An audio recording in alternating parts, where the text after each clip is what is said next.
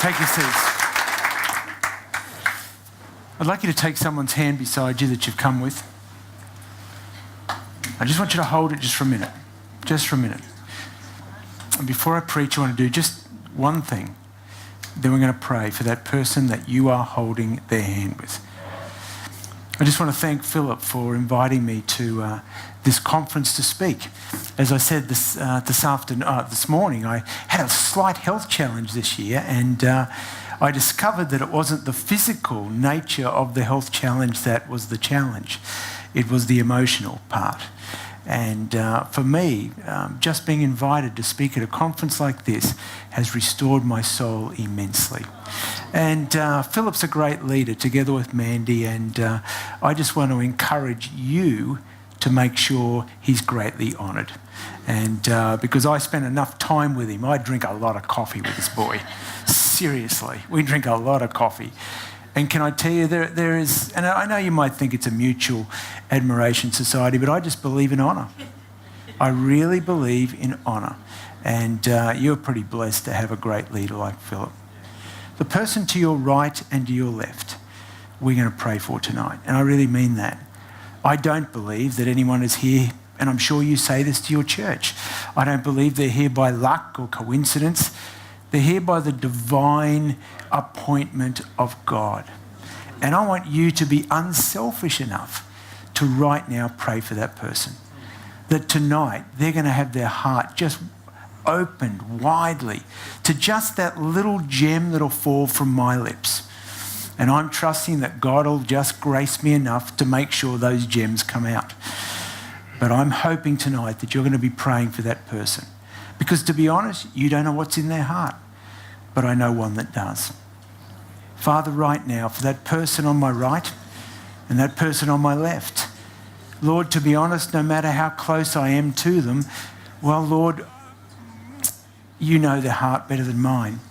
And I'm trusting tonight, Father, that you're going to come as you already have, but now you're going to do the most deep work, the deep work of our hearts. And we will walk out of this place encouraged and transformed. And this message will not be wasted, Father, and remain in this room forever to be closed down in this room, but it will live with us beyond tonight. That when we put our head on the pillow tonight, it would live within us. It would not just live within us, but grow within us. So, Father, I just ask that you use me. And, Father, I'm going to attempt to be open enough to hear from you. In Jesus' name, amen. Sacrifice in a parallel universe. That's what I'm going to preach about. Sacrifice in a parallel universe. You know, one of my favourite authors and columnists is a lady called Nancy Gibbs. And I don't know whether you've ever read any of her articles, but I love reading her articles on leadership. She's the editor-at-large for Time magazine, and until recently would write an opinion piece on the back page of Time. And it was always about leadership. In fact, she's co-authored a couple of books in the last 2 years with a colleague of hers called Michael Duffy. And you may have read them. One of them's called The President's Club, and the other one's called The President and the Preacher. And basically, it's Billy Graham's relationship with a whole series of presidents of the United States. And she's a brilliant author. Last year, I read one of those articles that, well, you've probably read them. You know, they start off and you think, oh, I'm just going to read this article. But by the end of it, you realise that it's done something in you. And her article was simply called Leadership in a Parallel Universe. And what she was talking about was simply this. She said, I've been privileged enough to be up close to a number of presidents. And she said, you know what I've noticed about great leaders? She said, they make decisions, but most of them aren't ever seen. Ain't that the truth? Do you realise that the majority of decisions that you are going to make in church life will never be seen, never be heard, but they are, when they're made, they have an effect in a parallel universe, for example. And that's the point she was making. She said, for example, when President Obama makes a decision on the economy, you'll probably never read about it because it's done in private, but immediately he makes the decision, there is a parallel universe which comes into operation. Millions of people are affected by that decision because it affects the economy. He makes a decision on war, for example, and automatically in a parallel universe, in the whole military community, there is an effect of that decision. And when I read that article, I thought, do you know what? Leaders are constantly making decisions which they probably at the time never realise the effects they're going to have. I'm going to tell you about one of those decisions. I'm going to tell you about a decision that you need to make constantly. In fact, if I could describe it in more succinct terms, it's not just a decision, it's a way of life. But we throw it out fairly quickly but don't realise what it is. Friends, can I tell you that sacrifice always moves the heart of God? And most sacrifice is done in secret, where no one can see it. And what happens is when you make a decision to sacrifice, and I'm going to talk about this whole aspect of sacrifice tonight, and I'm not talking about sacrificing your marriage or your kids or anything else on the altar of ministry, but when you make a sacrifice, then in a parallel universe, so to speak, called heaven, God takes notice. God takes notice of every single sacrifice you have ever made, Pastor. And tonight you may doubt that. Tonight you may doubt that God knows all the sacrifices you've made. But I'm trusting by the end of this message you will have a fresh revelation about every single sacrifice you have made.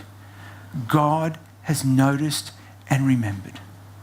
And I'm going to tell you a story tonight because if there was ever a story with a decision in it that is based on this principle, it's a story I'm going to tell you. It's a story where a leader, a king, someone that you probably know very well, someone that I have sat down with over devotions year after year after year, and I feel I know him as an intimate friend, made a decision which he had no idea would move the heart of God in such a profound way. I want to tell you the story of David and the time that he decided to take a census. Now, can I tell you, it was a pretty dumb decision. You know the story as well as I do. In fact, you probably know it more readily than I do. But David decides in a moment of who knows what, he decides he's going to take a census. Why is it a bad idea for David to take a census? Well, he didn't need to take a census of all the warriors that he had because God made this wonderful promise. It doesn't matter how many warriors you have. It doesn't matter how many, because even though the enemy may outnumber you, I'm still going to be with you and you'll defeat them. You don't need to number them. And in that moment, David makes one of those leadership decisions that you and I make occasionally, or in my case, very often. And we still go ahead and we make that decision and we say, well, let's have the census anyway. And then I want you to come and walk with me in David's shoes just for a moment, bearing in mind that sacrifice moves the heart of God. And how is God going to turn this awful decision for his glory in some way? How is he going to do that? Do you know, I've always been a lover of history, and I was taught by my history teacher many years ago when I was at school that the best way to understand history is to walk in the footsteps of those that have gone before you in that historical context. So come with me, friends. Come with me, and I want you to walk in the shoes of David right now. When Nathan the prophet turns up and says, you've got 3 choices. Can you understand that? Because I've got to tell you, I have not, despite reading this particular passage maybe hundreds of times, I can still not get it into my head what it would have been like to have these 3 choices. David, you've done the wrong thing. Here's the 3 choices. You can have 3 years of famine. Can we just stop right there? You have never been in a famine. No, I'm sorry. You have never been in a famine. 3 years of famine. David knows what that's like, and I think he gasped at that point. And then he says, well, here's the second choice. You can have 3 months of destruction at the hands of your enemy. David knows what's that like. He's a warrior. And the third option, well, if there's ever a third option, as bad as the first 2, this has got to be, well, it's rating right up there in my view, because he says, well, you can have 3 days of plague, but it'll be at my hand. Now, I want you to stop there and think about it. Come on, leaders. Come on. You think about those three little options. Would you need time to pray? I reckon that'd drop me to my knees. Well, what am I going to take? But David knows God well, this man after his own heart. And he says, well, there's 3 years of famine, I know, but there's 3 years in the hands of an enemy, I know, but I'd rather, just even if it is going to be 3 days and there's going to be pain, I'd rather have it at your hands, God. Which shows the quality of this man. And in that moment he says this, and you can read it for yourselves a bit later on in 1 Chronicles 21:13. First of all, he accepts responsibility. That's a novel concept, Pastor. A novel concept. And then he says this, let me fall into the hands of the Lord, for his mercy is very great. Do not let me fall into human hands. And 70,000 individuals die. Now, friends, I've got to tell you, I live in a town, Ipswich, like some of you do, and the population at the present time is about, well, it's about 165 to 170,000. 70,000, wow. Do you know what would happen with 70,000 people dying? Do you have any understanding of this moment in history, this moment in David's life? This moment when 70,000 have died? Hey friends, I've made some bad decisions as a pastor, but none compared with that sort of consequence. 70,000. Friends, the streets would have been filled with corpses. The smell would have been awful. We couldn't bury that amount with modern day equipment, let alone what they did in those days. 70,000. And I picture David at this particular point on his knees, crying out to God, oh God, stop this slaughter. And in that moment when he's crying out, the angel of the Lord standing right at the very gate of Jerusalem with a flaming sword in his hand, ready to strike that final blow. And God notices the prayers of a man that's repented and halts it. Now, I don't know about you, but I'd be pretty grateful at that particular point in time. Would not you? And David drops again to his knees, and on that very spot he says, I'm going to build an altar and I'm going to dedicate this land to the Lord. There's a problem. The land is owned by someone else. And he goes to this man and he said, I will buy the land. What would you do if you were the farmer? You've got 70,000 corpses lying around. Do you know what I'd say? Have the land. Have the land. And so that's exactly what he says. He says, David, have the land. And then, well, I've got to be a bit personal now. See, I would have taken the land. What would you have done, Pastor? I would have taken the land and I would have tweeted it straight away. Oh, there's a miracle of God. I got the land as a freebie. I got a freebie. And I would not have just tweeted it. I would have tweeted it and tweeted it and I would have Instagrammed the sucker as well. I would have gone and taken a photo of it from the right, from the left, from the north, from the south. And I would have declared to absolutely every single person that God had done an amazing miracle and given me a freebie. But David knew something that I'm trying to get to you tonight. That sacrifice moves the heart of God. Freebies are good, they're cheap, but sacrifice moves the heart of God, friends. And in this moment, he says probably the most famous line that he's ever going to say. And in verse 24, and you know this verse because you've probably done an offering message on it. He says this, no, I insist on buying it for the full price. And I will not take what is yours and give it to the Lord, and I will not present burnt offerings that have cost me nothing. Let me say this again, friends. Sacrifice moves the heart of God. When you sacrifice in your church, when you sacrifice as a leader in a parallel universe, as I said, called heaven, God takes incredible notice and we're going to see what happens. Do you know what I've discovered? That leaders lead the way with sacrifice. It's a bummer, really, but we do.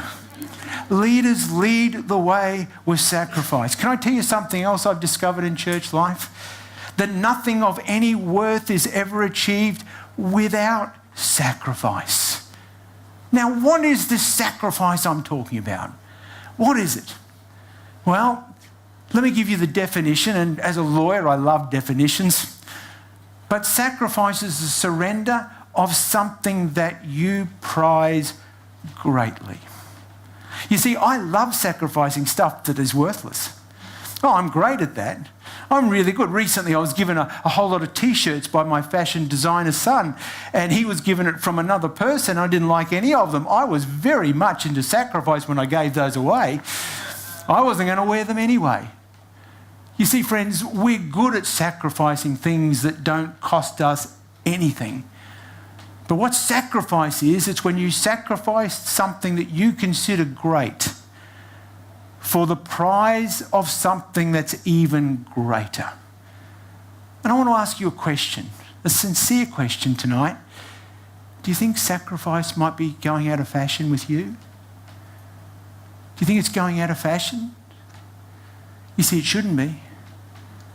Because I've got this suspicion that we can't grow a church without sacrifice. We can't be the salt and light of our communities without sacrifice. We can't lead our communities without sacrifice. I can't survive without sacrifice. And sacrifice actually moves the heart of God. And friends, can I tell you, I want to move the heart of God beyond anything else in my life. I'm desperate to move his heart by sacrifice. On my first visit to China, which was a cultural shock to an Ipswich boy like me, I can tell you, I visited a rural community called Hengyang. And the first thing I noticed about China, and please forgive me because I'm an Ipswich boy, but I'll tell it as it is, there was a slight odour to China.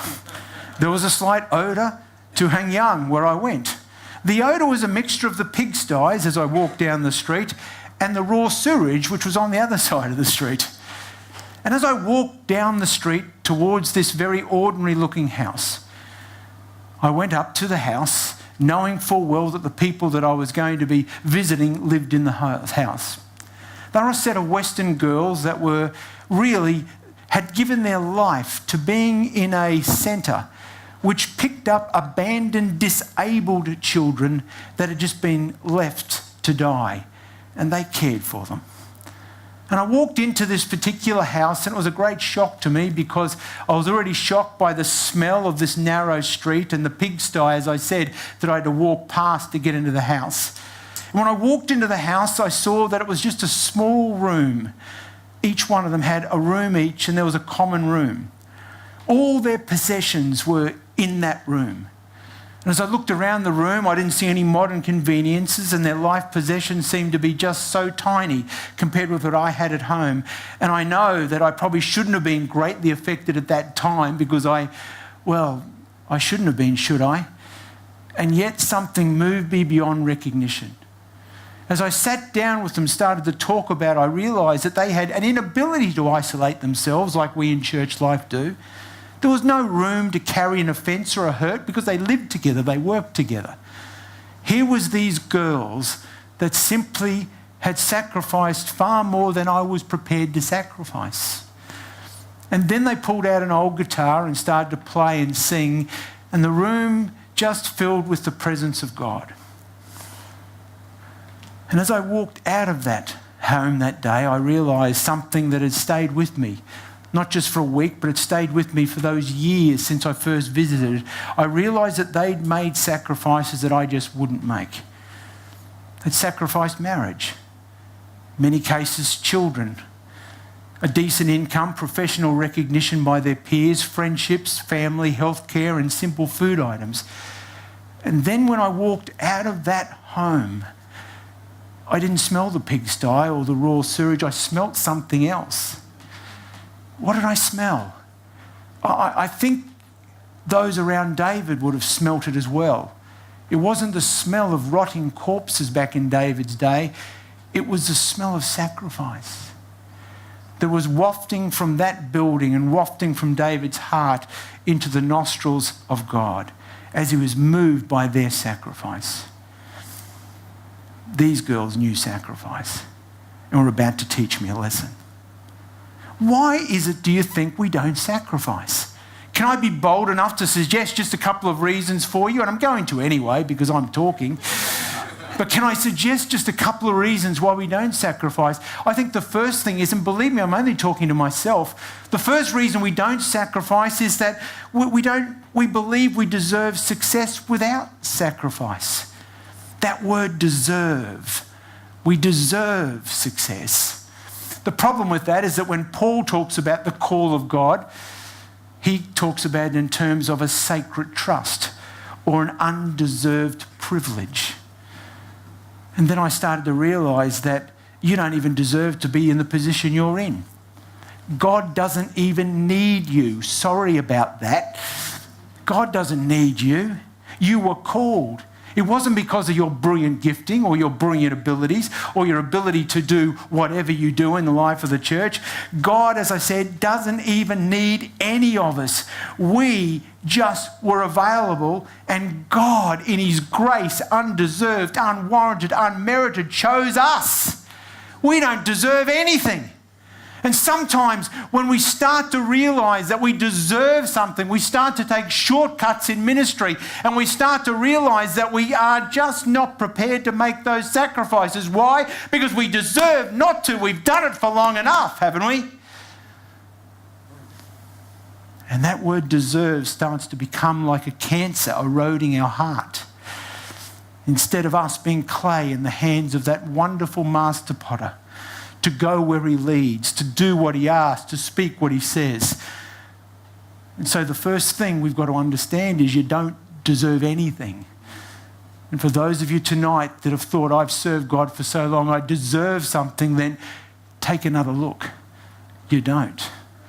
But perhaps there's another reason why we don't sacrifice, and, well, can I suggest this reason is that we forget who we're serving. We just forget that. And I know it's so basic. I'm talking to pastors and leaders that are nationally influencing people, but I wonder if sometimes we forget who we're serving because we are not serving our colleagues. In a sense, we're not serving the people. And please hear what I'm saying about that, all right? Don't just take that for what it is. We serve the audience of one. And friends, can I tell you now, and this is specifically for some of you, God is incapable of forgetting every sacrifice you'll ever make. Your people will forget the sacrifice that you make. Your colleagues will forget the sacrifices you make. Your closest friends will forget the sacrifices you'll ever make. But can I tell you, this audience of one will never ever forget every sacrifice that you have possibly made. He remembers the promises He made to you. He remembers the sacrifices that you made. I'm glad I've got a God who's incapable of forgetting the sacrifices that I've made over the years that no one even knows about. He remembers those sacrifices that Abraham makes. He remembers Noah in that ark, and Joseph in the prison, and Rachel's silent prayers, and Hannah's pleas, and Israel's cries, and Peter's potential. And He remembers your sacrifice as well. He remembers the time when you sacrificed for that building program. He remembers the time that you sacrificed time and talent and resources. He remembers those times. I know I'm stretching the interpretation of Psalm 112 verse 6, but it says, those who are righteous will be long remembered. You, the righteous, will be long remembered by God. I think one of the saddest stories in the Bible is about that rich young ruler. You know it as well as I do. You've again probably preached on it. This rich young ruler comes to Jesus and he looks at Jesus. And Jesus knows the potential of this young man. Well, you know the story as well as I do. The challenge, what must I do to inherit that eternal life? And I've kept every commandment. Oh, you know that story. But then in the most potent of moments, Jesus looks him in the eye in front of all those disciples who have given up occupation, who have given up their livelihood, who have embarked on a life that they can't even possibly imagine the hardships and the martyrdom that they will suffer. And he says, I want you to go away and give every one of your goods to the poor and come back. And how sometimes trite it is when I hear preachers say, if he'd only said yes, God would have said, forget it. No, I don't think God ever doesn't mean what he says. I reckon he meant, go sell everything and give to the poor. But there's a moment that we tend to forget in this story, which I think is the most potent question that's ever been asked by any person. And friends, can I tell you, it's asked by you. It's asked by me. I've asked this question, and it's from the mouth from the south, Peter. And in this moment when he watches this boy, this young ruler, walk away into the darkness, he says, Lord, almost not a question, more a statement. Mark 10:28. We've given up everything to follow you. He's saying the question that's on your lips at some stage. You know what he's actually saying? Will you reward me for the sacrifices I've made? Will you remember? He's walked away, but will you remember, well, us? You know us, don't you?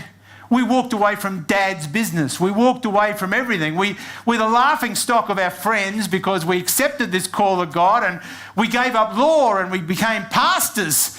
And we had to go and remind our dad about the cost of the education that he paid for. You know what I mean. And in that moment, he's asking the question that I've heard silently asked by so many pastors. When I sacrifice, will you remember? And sometimes we forget the God that we serve is incapable of forgetting your sacrifice. So tonight, what should we sacrifice? What should we sacrifice? I've said we're not going to sacrifice families on the altar of ministry or our children on the altar of ministry. So what do we sacrifice? What are the things that we need to sacrifice? Well, can I give you just briefly, just a few things, and I'm hoping God will speak to you in these moments. But I think as leaders should sacrifice the popularity of the crowd. Can I tell you, friends, a lot of you don't. We've got to sacrifice the popularity of the crowd. And the popularity of the crowd doesn't just include the people you lead, it includes your contemporaries that you're trying to impress. You've got to sacrifice the popularity of the crowd. We're not called to please the crowd, so we compromise what you are uniquely called to do. Do you realise that when you are called to lead that church, you are called uniquely to lead that church? No one else was called. You were. God's first choice, so to speak.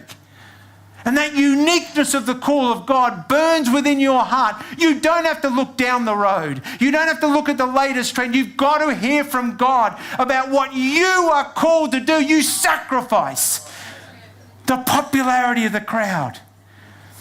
And yet, to be honest, many a leader has known the fickleness, haven't they, of popularity.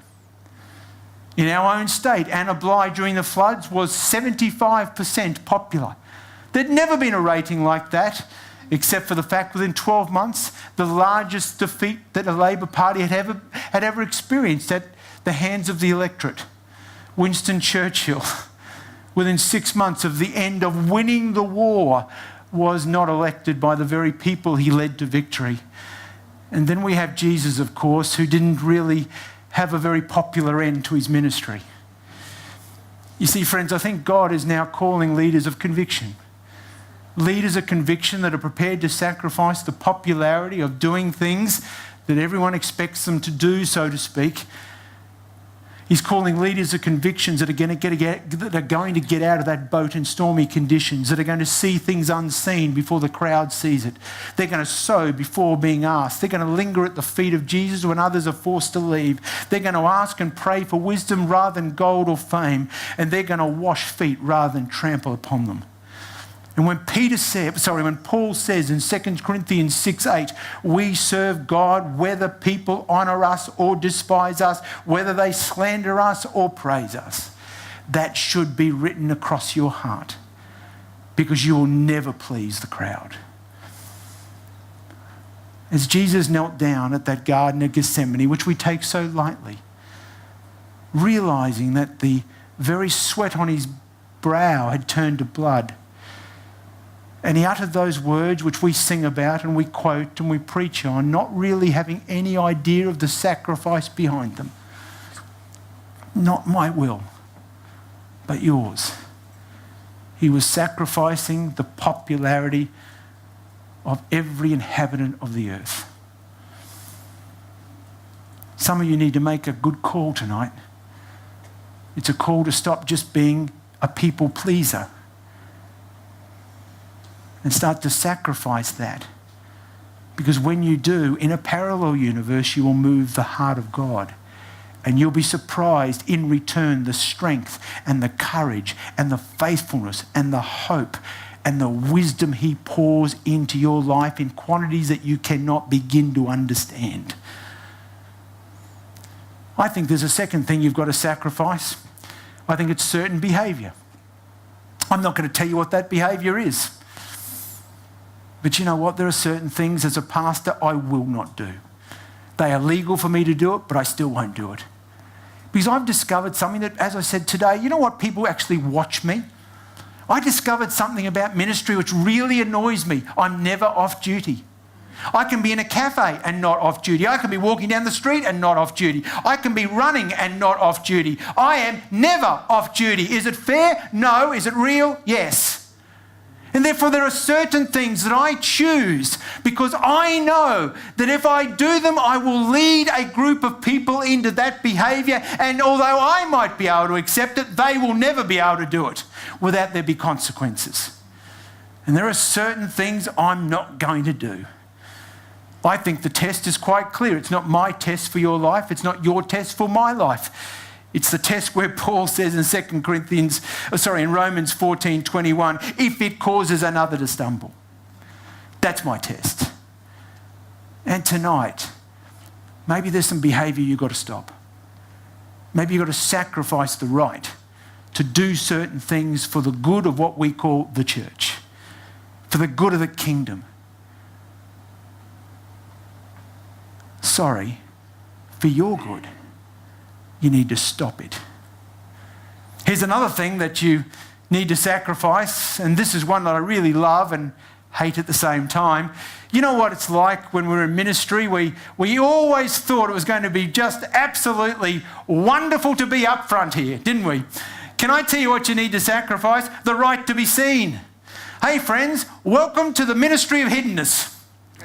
Welcome to the ministry of hiddenness. It's a brilliant ministry, but the majority of it is done in secret.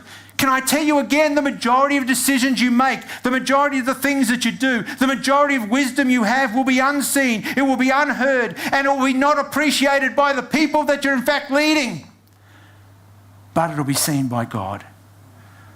Hey friends, they won't see your closet time with God, the training that you do in private, the devotions that you read every single day because you just want to hang on to God in such a way that no one else can understand. They won't understand or see when you wrestle with God. They won't see your pastoral visits, the preparation of your messages which take hours, the confrontations that you have in secret. They won't see the development of your team, the birth of ideas. They won't see when credit goes to someone else that when you well know you've secretly instigated that thing anyway. They won't see the negotiations that go into change, the last words you say to the dying, the pain that you experience, and they will certainly never know the depths of your love for them. And that desire to be acknowledged and appreciated by others, well, it's basic to human nature. We've all got it. But I've discovered that the ministry of hiddenness is quite unique because I see Jesus living solely for the glory of God. And I also see the fact that on numerous occasions he said something like this, that what we do in secret, he notices and one day will reward openly. You see, friends, the quest for recognition can do all sorts of things to our heart, can't we? We meet with pastors and they end up telling us all that they do in the space of 30 seconds and then they need longer. And we know that that quest to just tell everyone what we do sometimes leads to wrong motives and failed endeavours and jealousy and pride, selfish ambition if we're not careful. the only person you've got to impress is God. And usually most of that's done in secret.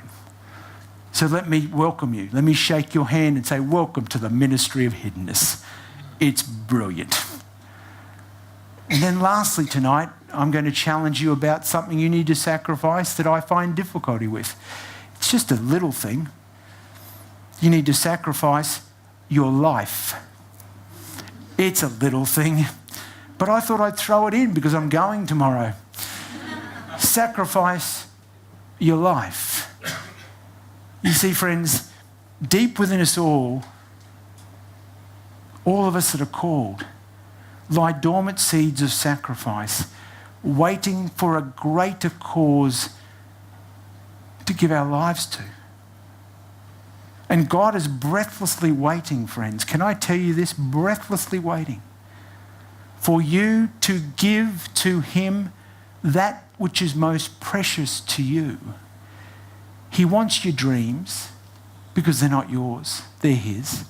He wants your ambitions and your hopes and your desires and your aspirations. He wants you to sacrifice those to him. And you know why he wants you to give him your dreams and your vision and your hope and your desires and your aspirations? Can I tell you why? Because God, who is able, through his mighty power at work within us, accomplishes infinitely more than you can ever hope or dream for. So give it to him. But I hold on to it because I let it go. Let your dream go so that God, who is able, can multiply it. Hey friends, listen to me. What you give to God will be returned in ways that you can't even begin to imagine. A sacrifice. Listen. It moves the heart of God. Great leaders lead the way with sacrifice. Nothing of any worth is achieved or built without sacrifice. And so David takes this money and he hands the full price over to this farmer, and little does he know what's going to occur. Sacrifice moves the heart of God. And a temple is eventually built on that land, as you know, and we think, well, that's great. Well, David sacrificed and the temple was built, but there's something far more significant will happen on that block of land. One day a trumpet will sound in the heavens and Jesus will return and he'll sniff the earth and he'll smell a place where there was sacrifice. And he'll come back to that block of land. Why? Because the dormant seeds of sacrifice were watered that day. And guess what, friends? He's watering your seeds of sacrifice. He remembers your seeds of sacrifice.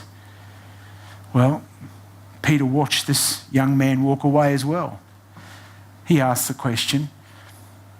And on this occasion, Jesus didn't rebuke him or criticize him or ridicule him. He leans over to Peter in the most intimate of ways and speaking to everyone who will ever accept the call of God in their life. It's you tonight that he's speaking to. He says, yes, Peter. And I assure you that everyone who has given up, listen, house or brothers or sisters or mother or father or children or property for my sake and for the good news will receive now in return 100 times as many houses, brothers, sisters, mothers, children and property. Pity, it says, along with persecution. And in the world to come, that person will have eternal life. But many who are greatest now will be least important then. Based on what, friends? Based on sacrifice. And those who seem least important now will be the greatest then. Hey friends, look at me just for a moment. Can I smell sacrifice in the air tonight? Can I smell sacrifice in the air tonight? Can I smell sacrifice in the air? Because God, when he smells sacrifice, is forced to respond. It moves his heart. Leading up to the 2000 Olympics, Kathy Freeman had to move country. Can you imagine the pressure on that girl, please? I mean, she could not train in private. There was a pressure for her to win that 400-metre race was so huge, eventually she moved to England. Now, there was a problem with training in England. What was it? It rains a lot. The weather's disgusting. And I remember a reporter doing an interview with her, and as they started to do the interview, they had to come in because it started to rain. And so the reporter said to her, "Kathy, look at the weather. I mean, how do you train in this? I mean, don't you feel like just staying in bed?" I'll never forget what she said. She said, you know, I do. And no one will ever know that I do. My coach will know, but to be honest, no one will know that I'm staying in bed today. But she said, I've discovered something about the race, that the race is won in the last 80 metres. And when I don't get out of bed, it affects that 80 metres. And I've learned I've just got to sacrifice so that the 80 metres is worth it. I'm going to look you in the eye as I finish tonight and say this. That's for many of you, you have sacrificed beyond measure. God knows. God is coming tonight with his presence in such a way to embrace you. Wrap his arms around you and whisper in your ear that the sacrifices you've made that no one else knows about, the decisions you've made that no one else knows about, the costs that you've paid that no one else knows about, can I say this? He knows. And one day, I wish I could give you a date and a time. God will pour back into your life, not 30-fold, not 60-fold, but I'm believing it'll be 100-fold. And don't you dare leave this place without knowing that the seeds of sacrifice lie dormant within you, placed there by the hand of God. All it needs is watering. Because when you start to water them through action and discipline and sacrifice, God's heart's moved. You stand with me just for a moment. Do you know, when I was praying for you this afternoon and in the lead up to this, I really felt it's time for us as a movement, I think, you as a movement, to understand this. And I think God is calling you to rededicate your ministry to a ministry of sacrifice. Let me repeat again, it's not your kids, your marriage or anything like that, but it's the things that you need to sacrifice. And I'm going to ask you to do something with me tonight. Firstly, I'm going to ask you to accept the fact that God understands your sacrifice. Some of you have sacrificed for years. You don't think God notices you? He does. He does. He does. And he'll reward you. He'll reward you because he is the God that rewards.